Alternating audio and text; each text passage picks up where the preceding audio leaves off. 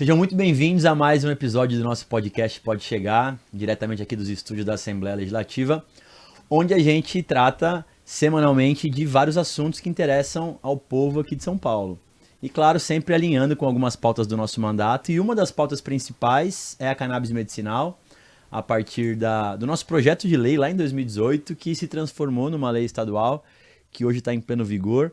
A gente tem muito assunto para debater sobre isso, mas estou muito feliz em poder receber aqui a doutora Emanuele Miranda de Lima.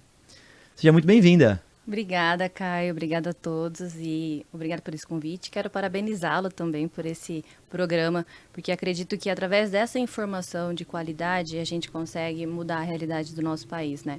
Com a informação. Então, mais uma vez, muito obrigada e conta comigo. É isso. Vou ler aqui a mini biografia da nossa convidada, que é médica integrativa, pós-graduada em adequação nutricional e manutenção da homeostase, com foco na prevenção e tratamento de doenças relacionadas à idade.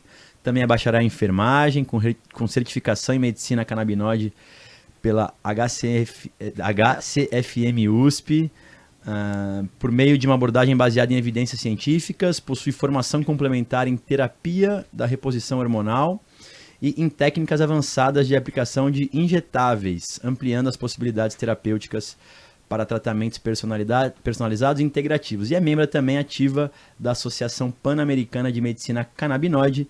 Doutora Emanuele, é um prazer ter você conosco aqui. A gente, como você já percebeu, a gente trata de vários temas, mas hoje principalmente falando sobre cannabis medicinal, que se tornou aí eixo central também do nosso mandato a partir da lei. E claro, a ideia é difundir boas informações, estimular novos médicos a também passarem a prescrever.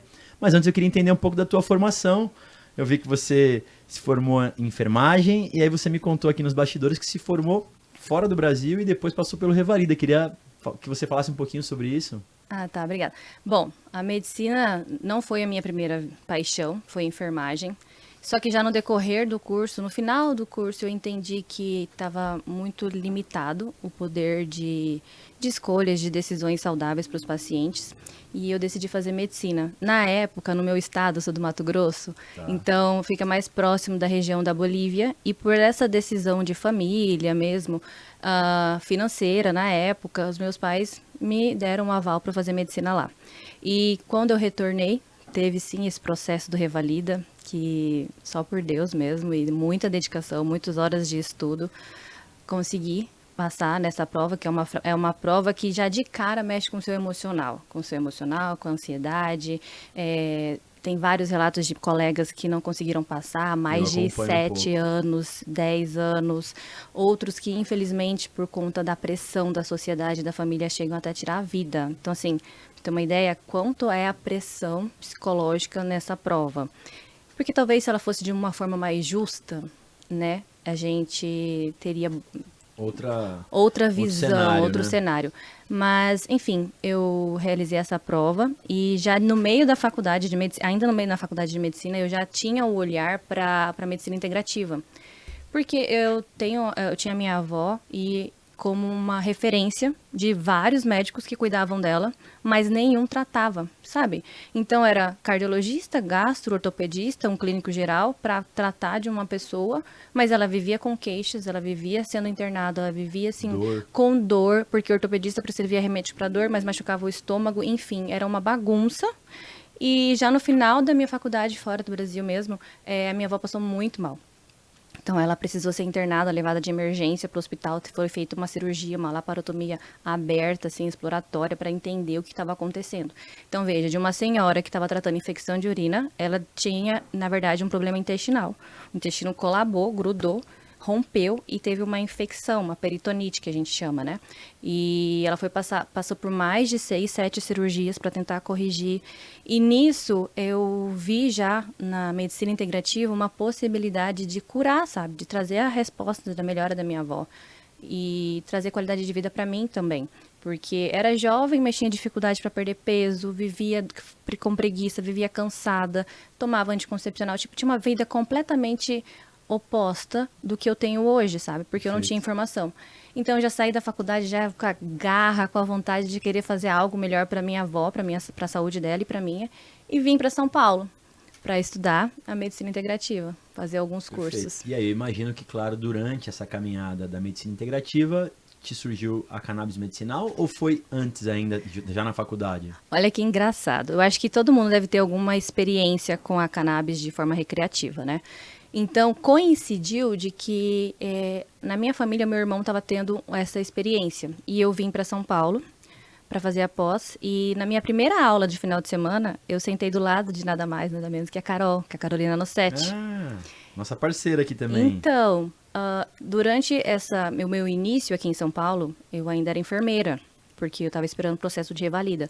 Então, eu conversei com a Carol, contei a minha história, contei o que estava acontecendo, e ela me fez um convite para trabalhar com ela, para atender esses pacientes, para trazer o olhar da medicina integrativa que nós estávamos fazendo essa pós. Então, foram 18 meses, assim, de pós juntas, cuidando dos pacientes dela, e eu tive o privilégio de fazer uma mentoria com ela, né? Porque hoje eu falo que foi isso.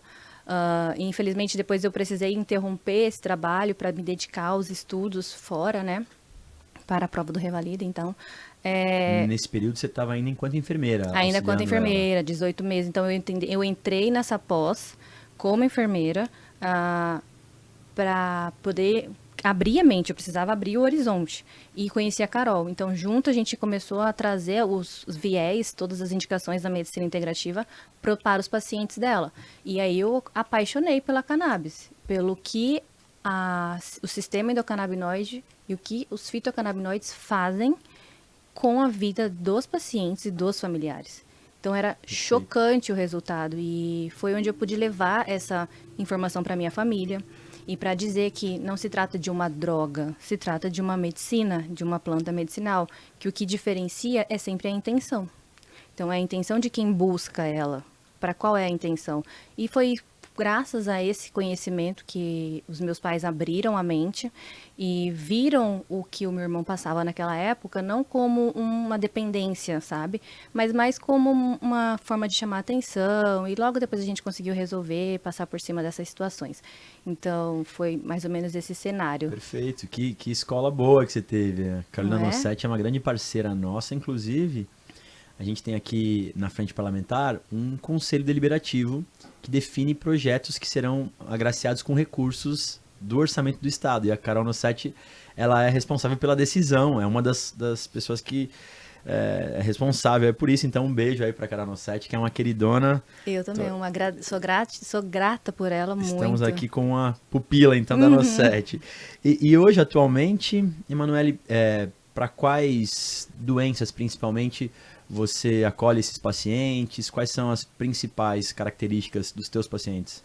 Certo. Os pacientes me procuram com queixa de dor crônica, ansiedade, depressão e algumas doenças autoimunes, mas o principal é a dor crônica, ansiedade, depressão e síndrome metabólica, né? Porque eu trato bastante pacientes que pensam e que desejam trabalhar para emagrecimento. Tá.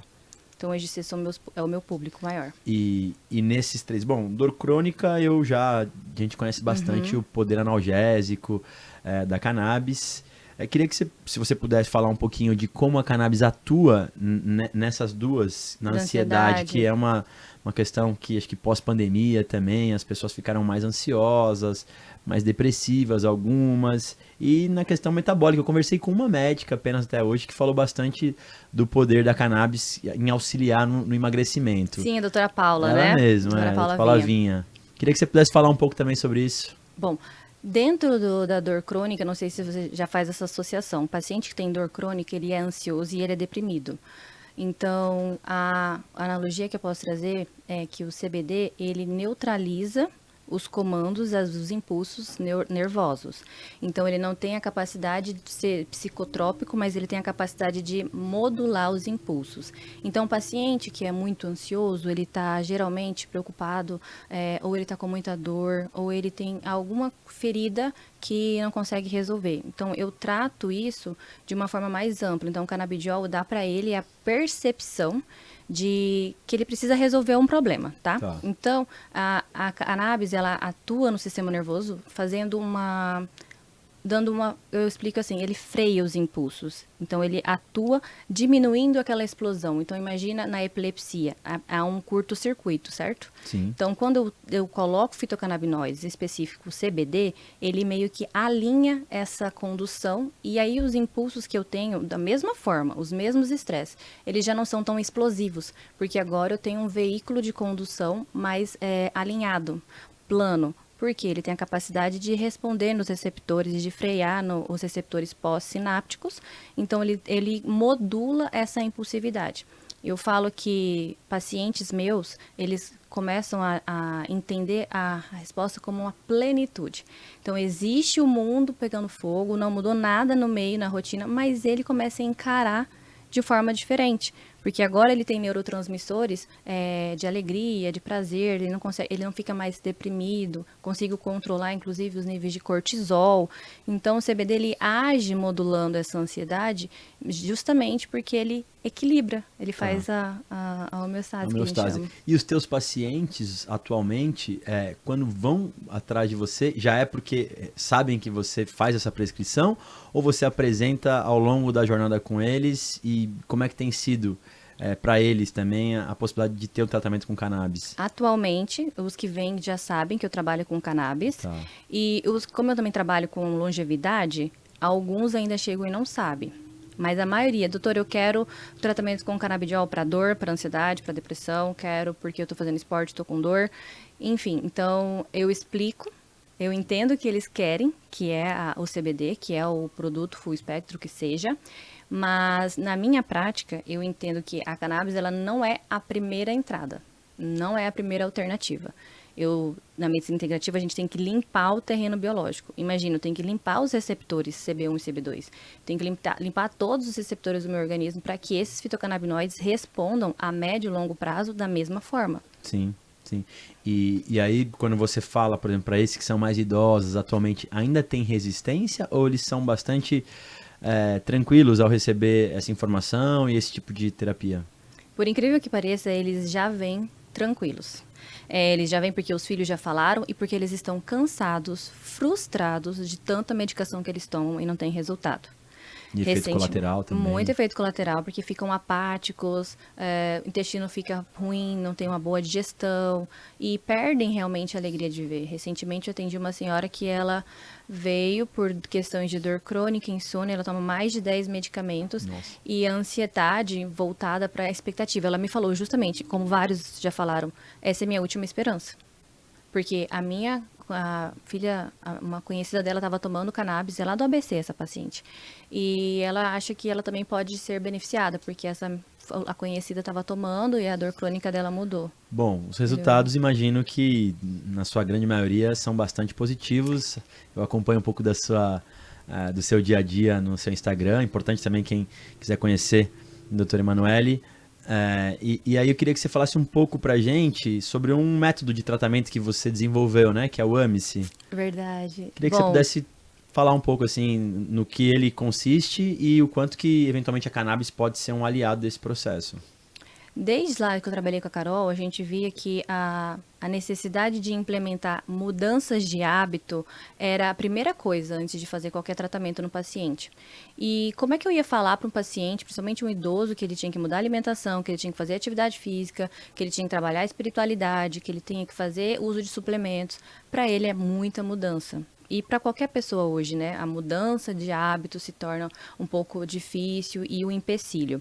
E aí eu, trabalhando muito assim, essa questão mais espiritual minha, eu falei, como é que vai fazer tudo isso ficar fácil? Parecer fácil, e aí eu desenvolvi o AMICE, que cada letrinha tem um significado. Então, o A é do alimento, então não é só o alimento físico, é o que você alimenta a sua alma, sabe? O que você alimenta as suas emoções. O M é de movimento, então a máquina humana está em constante movimento. A medicina integrativa ela é um movimento, ela não é uma medicina estática, parada. O S de suplementos, o E de espiritualidade, o S de suplementos e o último E é de estresse, então gestão do estresse. Então eu compilo tudo isso de uma forma que vai unir o corpo, a alma e o espírito desse paciente. E a cannabis, ela tem, assim, depende da abertura que o paciente me dá, eu consigo entrar muito mais na parte espiritual também. E aí ajudar ele a entender que a cannabis, ela não é a cura, mas ela vai dar permissão para melhorar os seus sentidos, a sua conexão e entender a sua dor. Por exemplo, uma paciente minha com dor crônica de 27 anos, ela falou que desde os 7 ela sente dor. Nossa, bem jovem. Como desde os 7 uma criança sente dor de cabeça sem saber? E já tinha um tempo de consulta, eu fui e perguntei para ela o que aconteceu, ou o que estava acontecendo com você antes dos 7 anos. Que acontecimento teve? Aí lá, doutora, eu fui sequestrada com meu pai. Sequestraram a gente, tinha 6 anos, o carro. Não fizeram nenhum mal, mas foi um episódio que eu consigo lembrar, assim, fielmente de todos os detalhes. E eu fiquei com muito medo, fiquei muito magoada, porque o meu pai não conseguiu me proteger, enfim. E desde então, essa menina começou a ter dor. E aí eu falei, você já levou isso pro seu psiquiatra, enfim, pro seu psicólogo? Não levou. Mas entende a profundidade que o método dá? Então ele me faz ter essa abertura com os pacientes, porque a medicina integrativa eu tenho que ir na causa. Se eu só prescrever CBD para essa paciente, ou com THC, eu não vou conseguir entender ainda a dimensão da causa, ela não vai conseguir identificar isso, e talvez melhore um tempo, mas aí depois volte. Então, a minha missão como médica integrativa e a minha visão é ir investigar a causa. Então, com o AME-se eu vejo o alimento, o movimento, a espiritualidade, o uso de suplementos e a gestão do estresse para que haja esse efeito completo. Essa terapia de reposição hormonal bioidêntica, ela tem conexão também com o AME-se ou é algo paralelo? É complementar. Como a cannabis ela é uma ferramenta, a terapia de reposição hormonal também são ferramentas que a gente usa. Então, a gente fala que é o arsenal médico, certo? Então, imagina-se que quando nós estamos com 18, 20 anos, a gente está no auge hormonal. A gente está com muita energia, a pele está mais viçosa, a gente tem tudo. E quando vai entrando nas 35, 40 anos, tudo começa a ficar mais difícil, né? Até a questão de depressão tem relacionado com questão hormonal. Hoje a gente já sabe que a cannabis tem relação com o estradiol, o nosso hormônio, que está muito mais presente na mulher, mas é importantíssimo também para o homem. Então eu correlaciono. Então, por exemplo, pacientes hoje que vêm para tratamento com terapia de reposição hormonal, eu inicio com a terapia, ok, e aí eu vejo que sempre precisa complementar, aí eu alinho e ajusto o sistema endocannabinoide, com os citocannabinoides. E vice-versa também, pacientes que vêm buscar a cannabis como terapia principal, aí inicio e tudo mais, e depois eu venho em complemento. Porque é um complemento então não há com o problema outro. algum em poder seguir com os dois tratamentos, Não, pelo contrário. pelo contrário, é só ajuste de dose e aí é ver aquelas questões mesmo de contraindicação absoluta, pacientes que têm esquizofrenia, pacientes que têm aversão realmente, com histórico de dependência, enfim. Tá. Uma dúvida muito frequente aqui, eu converso, claro, com muitos médicos que já são habilitados, que já estudaram sobre o tema e que já prescrevem com alguma frequência nos seus consultórios os produtos à base de cannabis. Mas você sabe, assim como eu, quem tem um amplo leque de médicos que ou desconhece ou olha torto. Como é que é com os colegas para você hoje essa perspectiva de eu vou tentar estudar, como você lá atrás, como a Nocete foi para você, por exemplo, lá atrás, você hoje tem algum caminho que você orienta esses médicos que têm interesse em poder avançar com cannabis? Eu oriento, sim. Inclusive tem um curso EAD, que eu também sou coordenadora, que são as aulas dos cursos da SICMED. Então, é Cannabis Online. É um curso muito legal, que tem desde o início do sistema endocannabinoide, desde como faz as escolhas dos produtos, enfim, até os estudos de caso, mesa redonda, discutem vários casos, dos 2 SICMEDs que teve.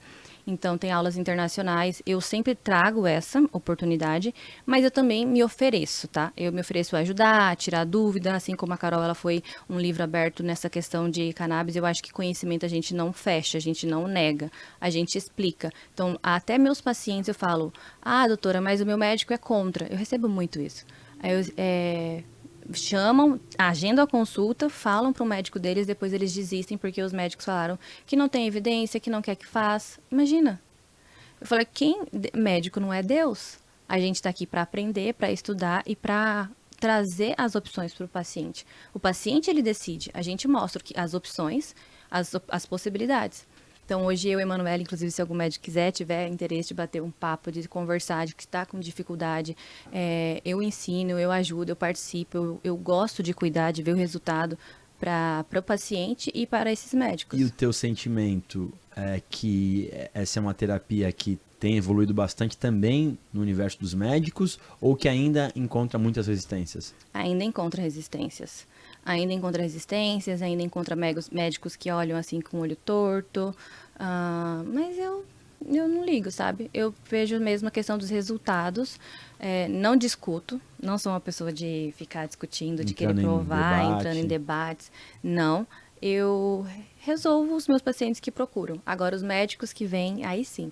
Aí eu mostro estudos, aí eu peço para entrar nas associações e participar dos eventos, e aí sim eles começam a entender, uau, então existe o mundo endocannabinoide. Perdendo, né? Exato, hoje a gente sabe que a cannabis ela veio para mostrar essa pontinha do iceberg que é o sistema endocannabinoide. Hoje a gente já sabe que existe o sistema endocannabinoide estendido, que é muito além de só fazer conexões do sistema nervoso, intestino, imunidade. É tudo. Imagina que todas as células do nosso corpo têm uma membrana celular lipídica de gordura e que ali acontece todas as mudanças, todas as conexões do sistema endocannabinoide. Aí você vai falar que não é bom, que não vai ter função, que é mentira isso? A gente tem alguns números que avançam significativamente a cada ano a quantidade de médicos que procuram se informar, mas é claro que aí fica uma cobrança, né, para que as universidades também possam tratar desse tema já durante o curso de graduação, para que pelo menos eles possam ter algum tipo de informação sobre isso, né, algo que talvez possa fazer com que mude um pouco desse cenário. Com certeza, sabe por quê? Porque existe uma visão dentro da classe médica, eu chamo de arrogância. Se não tem evidência científica, não presta. Se você não fez uma residência, não presta. Se você não tem artigos publicados, também não presta. Não tem. Então, assim, mas qual que é a minha função? A minha função não é cuidar do paciente? A minha função não é dar resultado do paciente? Ou a minha função é só pesquisar e ficar... Então, hoje eu me coloco na frente como uma médica que cuida, que resolve dos pacientes. Tem os perfis diferentes dos médicos que estudam, claro. Eu vou lá, pego o estudo. Mas, assim, tem que parar um pouco, sabe, disso, desse até porque ego. Também as evidências de consultório também, elas têm as evidências práticas, clínicas, exato. Ela também tem que ser colocada em consideração. E é sobre isso que eu quero falar com você, assim, eu já abro o programa falando sobre a lei estadual que inclui os medicamentos à base de cannabis no SUS aqui em São Paulo. Foi uma grande inovação que nós conseguimos trazer para cá. Hoje tem vários estados replicando o que acontece aqui, mas ainda está muito aquém do que a gente gostaria. E o principal desafio nosso é a inclusão de novas patologias a serem atendidas pelo SUS. Sim. Atualmente, Manoeli, a gente está atendendo aqui as epilepsias refratárias, principalmente, né? As síndromes raras, bem raras. Dravet, Lennox-Gastaut e esclerose tuberosa. Queria que você pudesse falar o que você pensa sobre a lei, se é uma evolução, até porque a nossa ideia é poder democratizar o acesso a esses produtos, e também se tivesse que nos ajudar, que nos orientar um caminho para uma patologia que não poderia ficar de fora, para onde você iria? Primeiramente, essa lei já é um grande avanço, e eu acredito que todo início é difícil, até porque para a gente dar mais valor e para a gente realmente pesquisar e entender e ver que a cannabis ela é uma terapia séria, não é uma panaceia, como eu falo. E sem sombra de dúvidas, eu acho que a dor crônica e o autismo, por quê? A dor crônica, ela caminha junto com outras patologias, como eu disse, ansiedade, depressão, alterações gastrointestinais. A dor crônica. E o autismo, devido ao aumento, né, do diagnóstico, da incidência de pessoas com autismo. Então, eu vejo que essas duas frentes seriam, assim, importantes e imprescindíveis para estar sendo beneficiado por essa lei também. Que bom saber, porque são duas condições que nós já trouxemos, tratamos. A gente tem várias sociedades especializadas num grupo de trabalho que regulamenta a lei. Eu confesso para você que, assim, na maioria das sociedades especializadas também a gente enfrenta bastante resistência. Eu imagino. A dor crônica quase entrou na primeira fase da lei, aí depois assim, com muitos ajustes, tiraram da primeira fase e a gente tem aqui apertado bastante para poder garantir. E aí eu lhe pergunto, o Brasil é um país que produz muitos estudos sobre cannabis, né? Eu já conheço vários. Você entende que nesses casos os estudos que existem eles não são suficientes? Faltam ainda evidências mais robustas para esse tipo de caso? Ou há um certo exagero na cobrança de estudos randomizados, duplo cego, para você conseguir incluir, por exemplo, na saúde pública? Incrível que pareça, fala-se muito que faltam os estudos. Existem vários estudos, inclusive a Universidade Federal do Rio Grande do Sul tem um muito bacana, que é com o THCV e também para dor crônica, se eu não me engano, onde eles fizeram esse estudo com o THCV para síndrome metabólica, para emagrecimento, para o tratamento de diabetes, e eles viram um grande resultado. É um estudo de nível científico, nível médio, tá? Mas assim, é difícil você trazer os estudos para o nível 1 de evidência, porque falta para todas as outras patologias, outros remédios, outros medicamentos.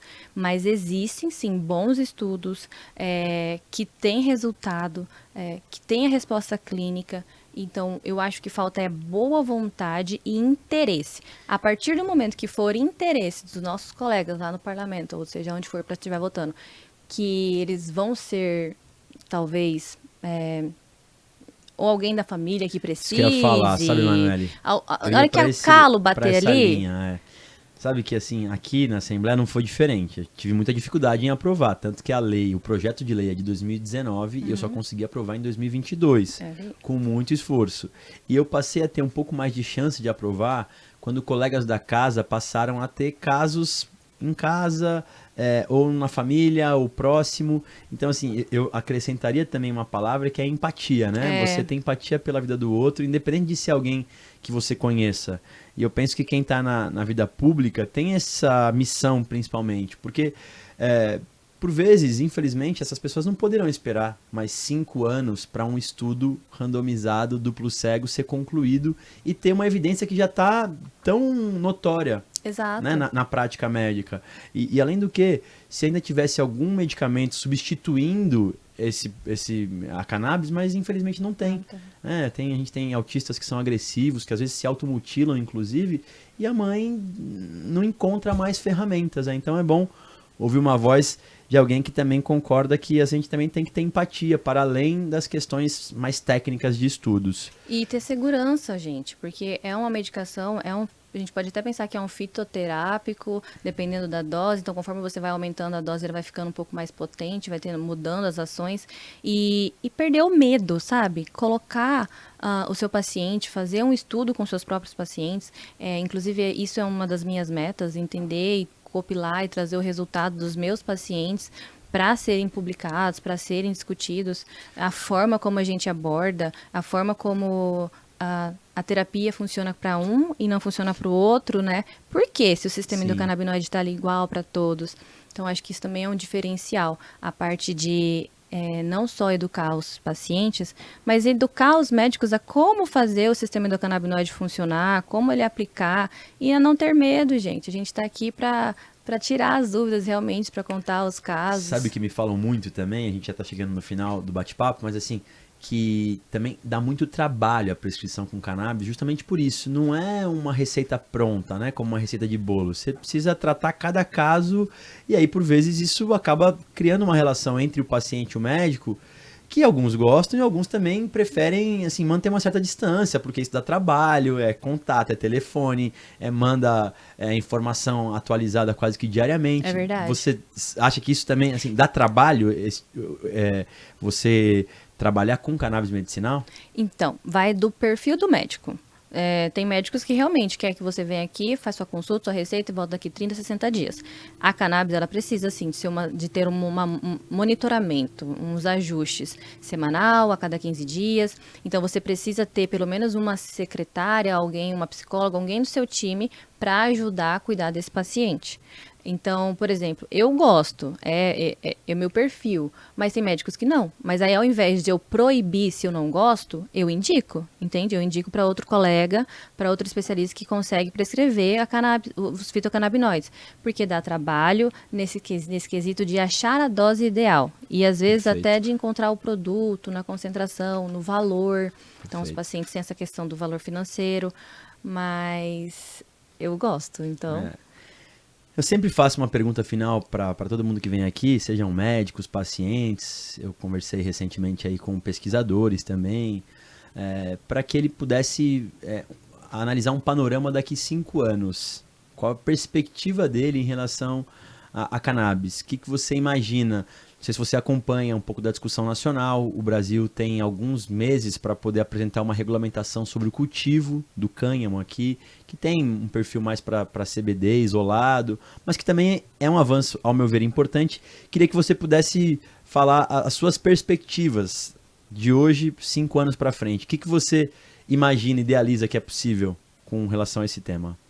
Primeiro, eu acredito que vai ter mais informação para os médicos prescreverem, né?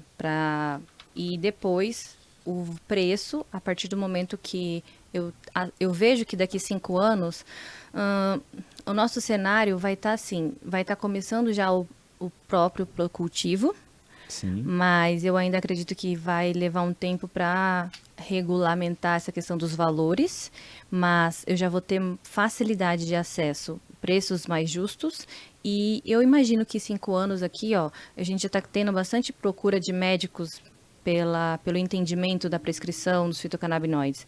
Então, a minha visão é positiva, eu tenho essa esperança, otimista, sim, que daqui 5 anos a nossa realidade vai ser produtos mais acessíveis, vai estar na prateleira também da farmácia, a gente vai conseguir encontrar alguns gummies, algumas proteínas, por que não? Porque a gente sabe que o cânhamo é uma proteína riquíssima, maravilhosa.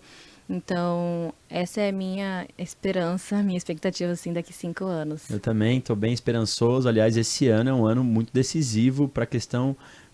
obviamente, quando eu falo do cultivo, nesse caso, é o cultivo para fins medicinais. O autocultivo ainda, eu sei que é um processo que ainda vai um pouco mais de tempo. Hoje tem muito HC saindo de decisão judicial para autorizar o autocultivo, mas a gente está bastante esperançoso que o cultivo no Brasil possa gerar, além da questão aqui de barateamento dos custos dos medicamentos, também emprego, renda para um país que precisa muito, né? Você, pelo que eu entendi, é do Mato Grosso. Um estado que é muito forte no agronegócio e que poderia ter, através do cânhamo, por exemplo... A reciclagem, né? Tudo. A regeneração do solo e também geração de emprego e renda aí. Com certeza. Eu penso que trazendo o cânhamo, a gente consegue melhorar tanto essa parte na construção civil, usar a fibra do cânhamo para tanta coisa, para tecido, pensando também na questão ecológica, na proteção do solo, na produção de produtos a partir da fibra. E ainda tem gente até hoje que não sabe, né? Sim, então, sim. Eu acho que esse podcast, esse veículo de informação, tem que ser, assim, difundido, tem que levar mais informação para todos os confins do Brasil, não só ficar centralizado, porque algumas pessoas do Mato Grosso acham que a cannabis só se fala e só vai lá em São Paulo. Não, Imagina. Pois é, ainda bem que a gente tem esse canal e que a gente possa reverberar para outros estados. Emanuele, quero muito te agradecer aqui por ter aceitado o nosso convite de estar aqui em nome da Assembleia Legislativa. É um prazer poder receber médicos que colocam um pouco da sua trajetória e se expõem aqui para poder falar sobre um assunto que ainda pode gerar um pouco de polêmica, mas eu não tenho dúvida que é um caminho muito importante para garantir qualidade de vida para muita gente. É sempre um prazer poder recebê-la. Eu que agradeço você mais uma vez pelo convite. Eu estou à disposição para a gente levar para o Brasil afora a informação de verdade, de qualidade. É isso, não faltarão Obrigada. Oportunidades. Espero que vocês tenham gostado também do nosso bate-papo. A gente segue aqui trazendo informação de qualidade com pessoas que estão na ponta lá fazendo, nesse caso, a prescrição da cannabis e que também lutam junto, né, ao nosso lado para democratizar mais o acesso. Até a próxima, valeu!